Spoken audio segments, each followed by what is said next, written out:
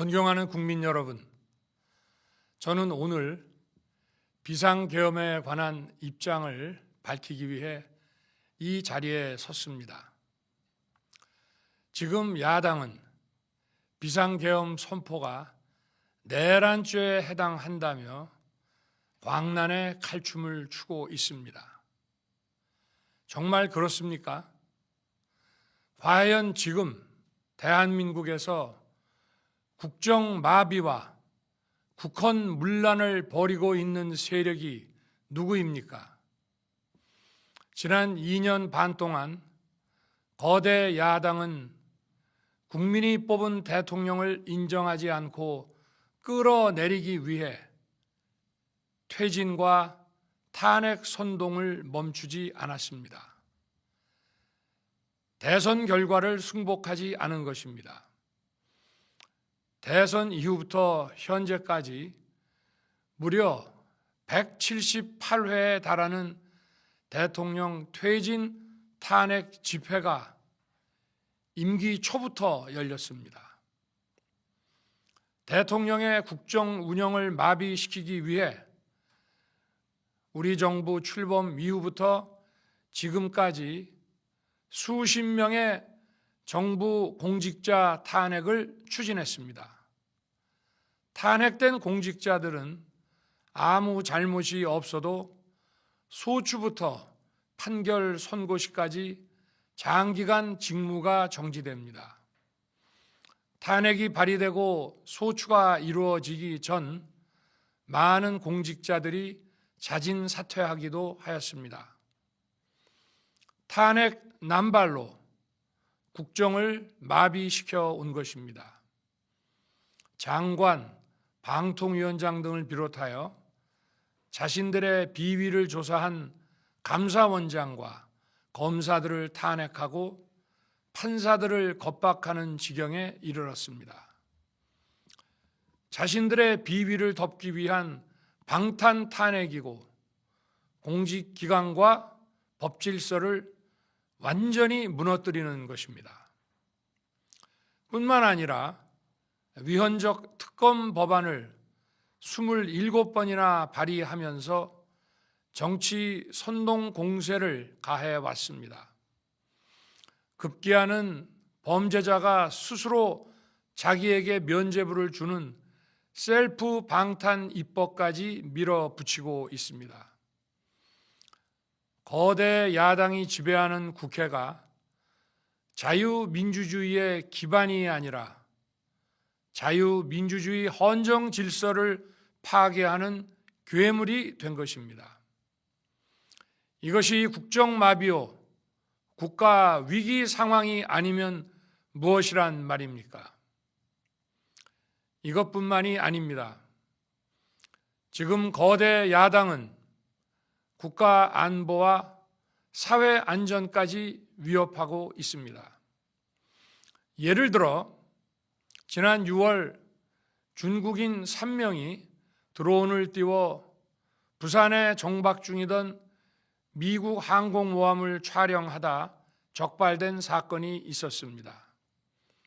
이들의 스마트폰과 노트북에서는 최소 2년 이상 한국의 군사시설들을 촬영한 사진들이 발견됐습니다. 지난달 40일에는 40대 중국인이 드론으로 국정원을 촬영하다 붙잡혔습니다. 이 사람은 중국에서 입국하자마자 곧장 국정원으로 가서 이 같은 일을 벌인 것으로 확인됐습니다. 하지만 현행 법률로는 외국인의 간첩 행위를 간첩죄로 처벌할 길이 없습니다. 이러한 상황을 막기 위해 형법의 간첩죄 조항을 수정하려 하였지만 거대 야당이 완강히 가로막고 있습니다. 지난 정권 당시 국정원의 대공수사권을 박탈한 것도 모자라서 국가보안법 폐지도 시도하고 있습니다. 국가 안보를 위협하는 간첩을 잡지 말라는 것 아닙니까?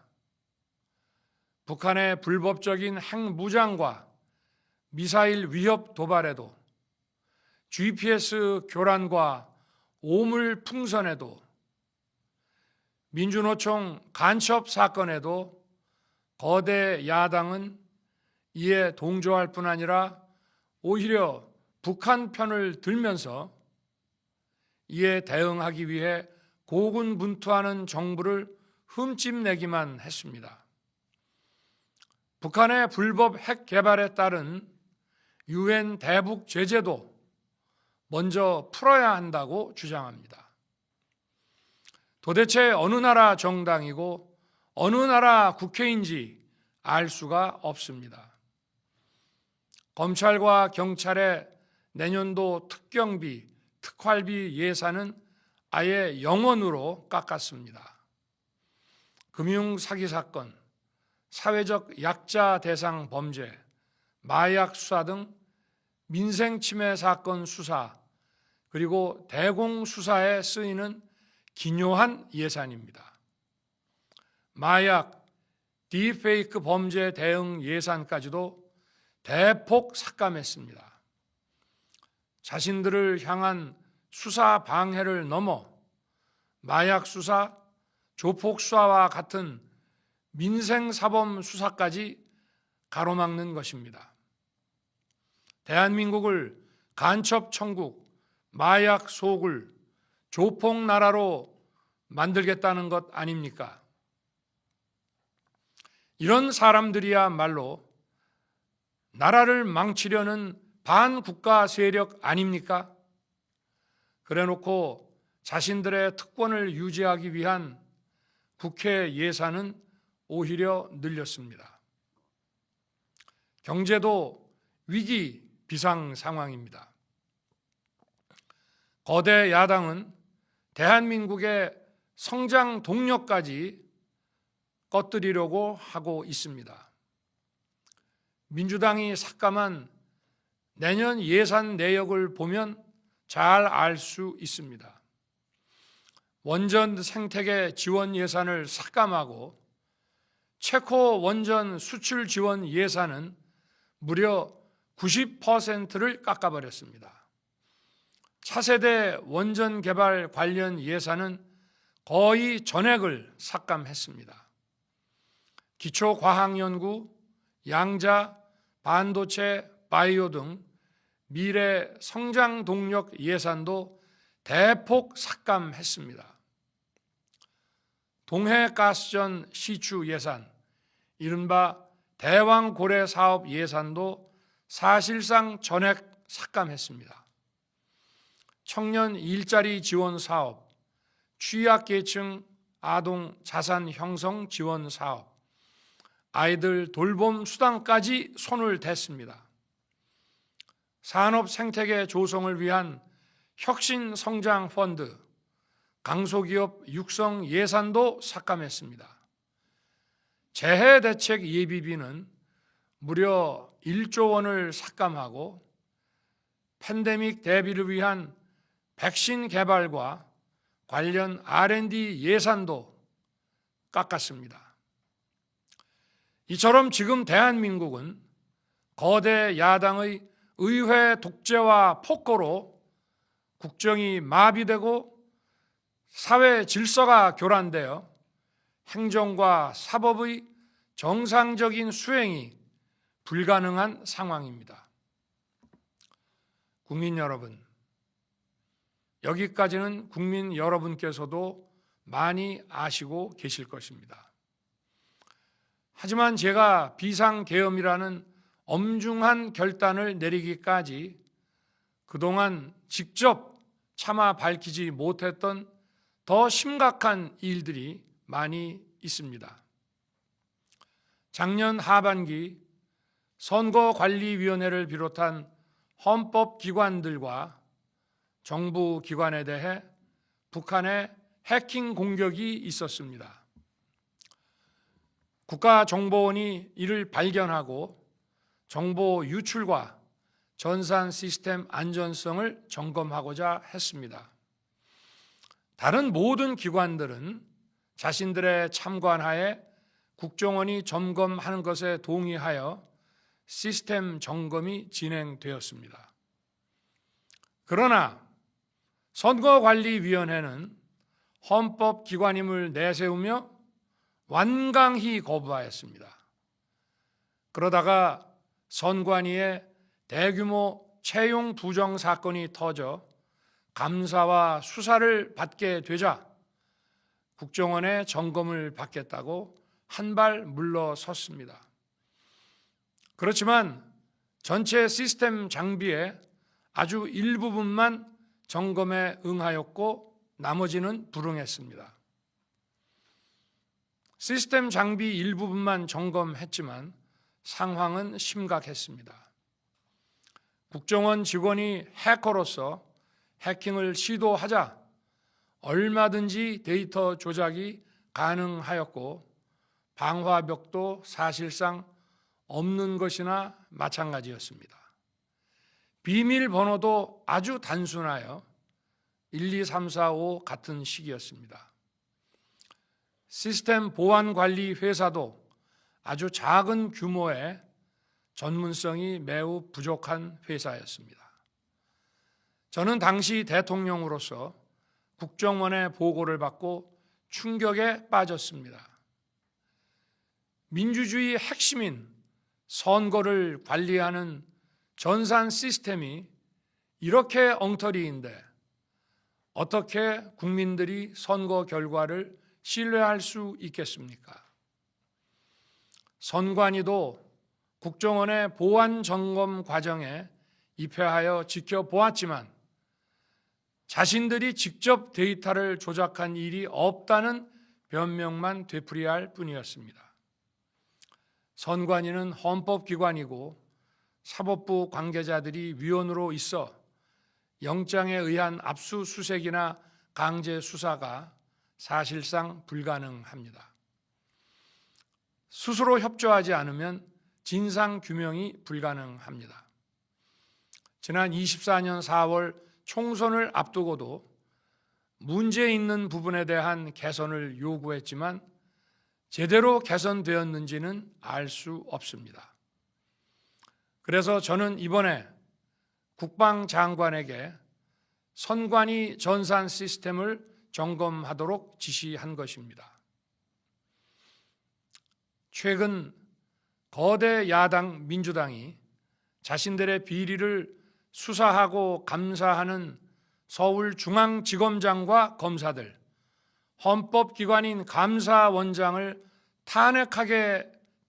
탄핵하겠다고 하였을 때 저는 이제 더 이상은 그냥 지켜볼 수만 없다고 판단했습니다. 뭐라도 해야 되겠다고 생각했습니다. 이들은 이제 곧 사법부에도 탄핵의 칼을 들이댈 것이 분명했습니다. 저는 비상계엄령 발동을 생각하게 되었습니다. 거대 야당이 헌법상 권한을 남용하여 위헌적 조치들을 계속 반복했지만 저는 헌법의 틀 내에서 대통령의 권한을 행사하기로 했습니다. 현재의 망국적 국정마비 상황을 사회 교란으로 인한 행정사법의 국가기능 붕괴 상태로 판단하여 계엄령을 발동하되 그 목적은 국민들에게 거대 야당의 반국가적 폐악을 알려 이를 멈추도록 경고하는 것이었습니다. 그럼으로써 자유민주주의 헌정 질서의 붕괴를 막고 국가 기능을 정상화하고자 하였습니다. 사실 12월 4일 계엄 해제 이후 민주당에서 감사원장과 서울중앙지검장 등에 대한 탄핵안을 보류하겠다고 발표하여 짧은 시간의 계엄을 통한 메시지가 일정 부분 효과가 있었다고 생각했습니다. 그러나 이틀 후 보류하겠다던 탄핵 소추를 그냥 해버렸습니다. 비상계엄의 명분을 없애겠다는 뜻이었습니다. 애당초 저는 국방장관에게 과거의 계엄과는 달리 계엄의 형식을 빌려 작금의 위기 상황을 국민들께 알리고 호소하는 비상조치를 하겠다고 했습니다. 그래서 질서 유지에 필요한 소수의 병력만 투입하고 실무장은 하지 말고 국회의 계엄 해제 의결이 있으면 바로 병력을 철수시킬 것이라고 했습니다. 실제로 국회의 계엄 해제 의결이 있자 국방부 청사에 있던 국방장관을 제 사무실로 오게 하여 즉각적인 병력 철수를 지시하였습니다. 제가 대통령으로서 발령한 이번 비상조치는 대한민국의 헌정 질서와 국헌을 망가뜨리려는 것이 아니라 국민들에게 망국의 위기 상황을 알려드려 헌정 질서와 국헌을 지키고 회복하기 위한 것입니다.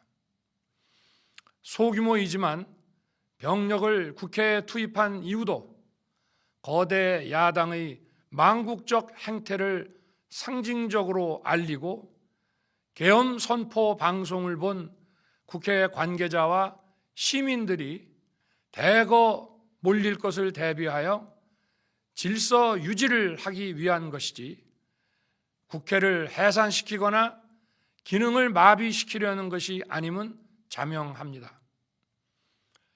300명 미만의 실무장하지 않은 병력으로 그 넓은 국회 공간을 상당 기간 장악할 수 없는 것입니다.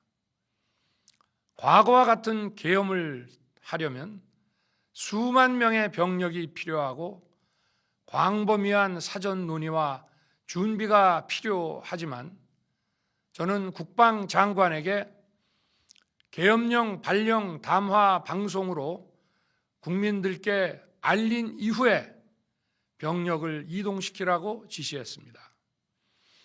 그래서 10시 30분 담화 방송을 하고 병력 투입도 11시 30분에서 12시 조금 넘어서 이루어졌으며 1시 조금 넘어 국회의 계엄 해제 결의가 있자 즉각 군 철수를 지시하였습니다. 결국 병력이 투입된 시간은 한두 시간 정도에 불과합니다. 만일 국회 기능을 마비시키려 했다면 평일이 아닌 주말을 기해서 계엄을 발동했을 것입니다. 국회 건물에 대한 단전 단수 조치부터 취했을 것이고 방송 송출도 제한했을 것입니다. 그러나 그 어느 것도 하지 않았습니다. 국회에서 정상적으로 심의가 이루어졌고 방송을 통해 온 국민이 국회 상황을 지켜보았습니다. 자유민주 헌정 질서를 회복하고 수호하기 위해 국민들께 망국적 상황을 호소하는 불가피한 비상조치를 했지만 사상자가 발생하지 않도록 안전사고 방지에 만전을 기하도록 하였고 사병이 아닌 부사관 이상 정예 병력만 이동시키도록 한 것입니다. 저는 이번 비상계엄을 준비하면서 오로지 국방장관하고만 논의하였고 대통령실과 내각 일부 인사에게 선포 직전 국무회의에서 알렸습니다. 각자의 담당 업무 관점에서 우려되는 반대 의견 개진도 많았습니다. 저는 국정 전반을 보는 대통령의 입장에서 현 상황에서 이런 조치가 불가피하다고 설명했습니다. 군 관계자들은 모두 대통령의 비상계엄 발표 이후 병력 이동 지시를 따른 것이니만큼 이들에게는 전혀 잘못이 없습니다. 그리고 분명히 말씀드리지만 저는 국회 관계자의 국회 출입을 막지 않도록 하였고, 그래서 국회의원과 엄청나게 많은 인파가 국회 마당과 본관, 본회의장으로 들어갔고 계엄 해제 안건 심의도 진행된 것입니다. 그런데도 어떻게든 내란죄를 만들어 대통령을 끌어내리기 위해 수많은 허위 선동을 만들어내고 있습니다. 도대체 2시간짜리 내란이라는 것이 있습니까? 질서 유지를 위해 소수의 병력을 잠시 투입한 것이 폭동이란 말입니까? 거대 야당이 거짓 선동으로 탄핵을 서두르는 이유가 무엇이겠습니까? 단 하나입니다. 거대 야당 대표의 유죄 선고가 임박하자 대통령의 탄핵을 통해 이를 회피하고 조기 대선을 치르려는 것입니다. 국가 시스템을 무너뜨려서라도 자신의 범죄를 덮고 국정을 장악하려는 것입니다. 이야말로 국헌문란 행위 아닙니까? 저를 탄핵하든 수사하든 저는 이에 당당히 맞설 것입니다. 저는 이번 계엄 선포와 관련해서 법적, 정치적 책임 문제를 회피하지 않겠다고 이미 말씀드린 바 있습니다. 저는 대통령 취임 이후 지금까지 단 한순간도 개인적인 인기나 대통령 임기, 자리 보존에 연연해 온 적이 없습니다. 자리 보존 생각만 있었다면 국헌문란 세력과 구태여 맞서 싸울 일도 없었고 이번과 같이 비상계엄을 선포하는 일은 더더욱 없었을 것입니다. 5년 임기 자리 지키기에만 매달려 국가와 국민을 외면할 수 없었습니다. 저를 뽑아주신 국민의 뜻을 저버릴 수 없었습니다. 하루가 멀다 하고 다수의 힘으로 입법 폭거를 일삼고 오로지 방탄에만 혈안되어 있는 거대 야당의 의회 독재에 맞서 대한민국의 자유민주주의와 헌정 질서를 지키려 했던 것입니다. 그 길밖에 없다고 판단해서 내린 대통령의 헌법적 결단이자 통치 행위가 어떻게 내란이 될 수 있습니까? 대통령의 비상계엄 선포권 행사는 사명권 행사, 외교권 행사와 같은 사법심사의 대상이 되지 않는 통치 행위입니다. 국민 여러분, 지금 야당은 저를 중범죄자로 몰면서 당장 대통령직에서 끌어내리려 하고 있습니다. 만일 망국적 국헌문란 세력이 이 나라를 지배한다면 어떤 일이 벌어지겠습니까? 위헌적인 법률, 셀프 면죄부 법률, 경제 폭망 법률들이 국회를 무차별 통과해서 이 나라를 완전히 부술 것입니다. 원전 산업, 반도체 산업을 비롯한 미래 성장 동력은 고사될 것이고 중국산 태양광 시설들이 전국의 살림을 파괴할 것입니다. 우리 안보와 경제의 기반인 한미 동맹, 한미일 공조는 또다시 무너질 것입니다. 북한은 핵과 미사일을 고도화하여 우리의 삶을 더 심각하게 위협할 것입니다. 그러면 이 나라 대한민국의 미래가 어떻게 되겠습니까? 간첩이 활개치고 마약이 미래 세대를 망가뜨리고 조폭이 설치는 그런 나라가 되지 않겠습니까? 지금껏 국정마비와 국헌문란을 주도한 세력과 범죄자 집단이 국정을 장악하고 대한민국의 미래를 위협하는 일만큼은 어떤 일이 있어도 막아야 합니다. 저는 끝까지 싸울 것입니다.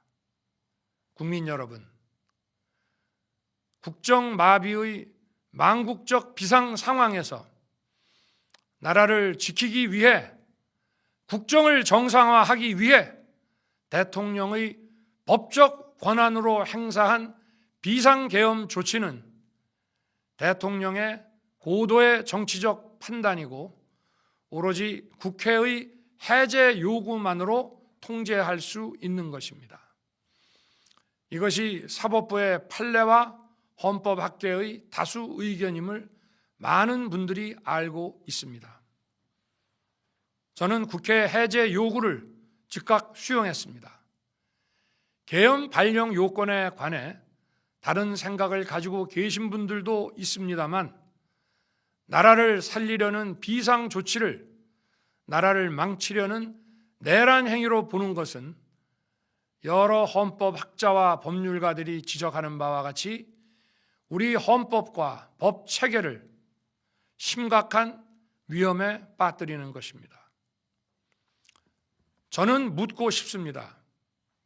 지금 여기저기서 광란에 칼춤을 추는 사람들은 나라가 이 상태에 오기까지 어디서 도대체 무엇을 했습니까? 대한민국의 상황이 위태롭고 위기에 놓여 있다는 생각도 전혀 하지 않았다는 말입니까? 공직자들에게 당부합니다. 엄중한 안보 상황과 글로벌 경제 위기에서 국민의 안전과 민생을 지키는 일에 흔들림 없이 매진해 주시기 바랍니다. 국민 여러분, 지난 2년 반 저는 오로지 국민만 바라보며 자유민주주의를 지키고 재건하기 위해 불의와 부정, 민주주의를 가장한 폭거에 맞서 싸웠습니다. 피와 땀으로 지켜온 대한민국, 우리의 자유민주주의를 지키는 길에 모두 하나가 되어 주시길 간곡한 마음으로 호소드립니다. 저는 마지막 순간까지 국민 여러분과 함께 싸우겠습니다. 짧은 시간이지만 이번 계엄으로 놀라고 불안하셨을 국민 여러분께 다시 한번 사과드립니다. 국민 여러분에 대한 저의 뜨거운 충정만큼은 믿어 주십시오. 감사합니다.